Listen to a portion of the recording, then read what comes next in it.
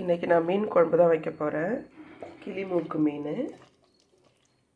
வறுக்க போகிறேன். காணாங்கழுத்தை இதெல்லாம் நைட்டே ரெடி பண்ணி ஃப்ரீசரில் வச்சுருந்தது.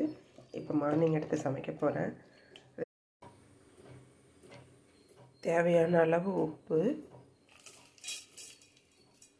புளியை கரைச்சி அதெல்லாம் ஃபில்ட்ரு பண்ணி எடுத்துக்க வேண்டியதுதான். இதில் இப்போ திட்டமான அளவுக்கு தண்ணி ஊற்றி உப்பு போட்டு புளி கரைச்சி விட்டாச்சு. அதுக்கப்புறமா 5 ஸ்பூன் குழம்புத்தூள், நான் வீட்டில் அரைச்சி குழம்புத்தூளை யூஸ் பண்ணுறேன். நீங்கள் எந்த தூள் போடுறீங்களோ அதை போட்டுக்கோங்க. எப்போவுமே மீன் குழம்புக்கு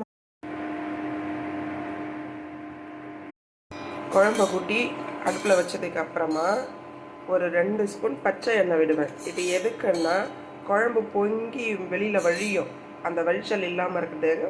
எண்ணெய் கொஞ்சம் விட்டோம்னா வழியாமல் இருக்கும், பொங்கி வர்றது. மீன் வறுக்க போகிறேன் பக்கத்தில்.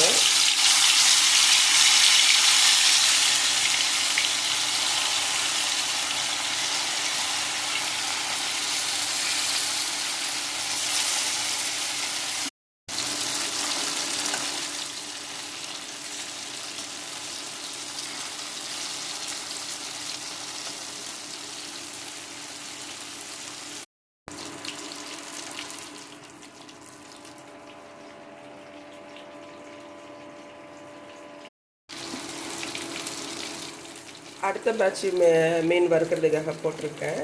ஒரு பேட்ச் வறுத்து எடுத்துட்டேன். இதுக்கு மசாலா உங்கள்கிட்ட நான் சொல்லலை. இன்னொரு நாளைக்கு நான் மசாலா எப்படி என்னென்ன மிக்ஸ் பண்ணாங்கிறத சொல்கிறேன். குழம்பு நல்லா கொதித்து முடிச்சிருச்சு. இந்த ஸ்டேஜில் மீனை போட்டுடலாம்.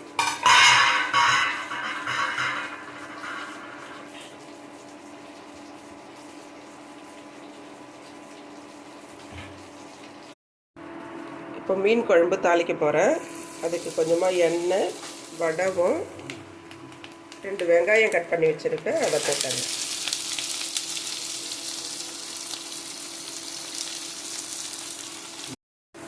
கொஞ்சமாக கருவேப்பிலை.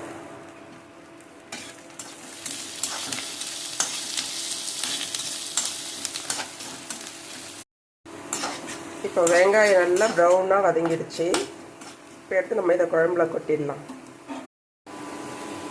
நானே வீடியோ எடுத்துகிட்டு போடுறதால என்னால் சரியாக எடுக்க முடியல, சாரி.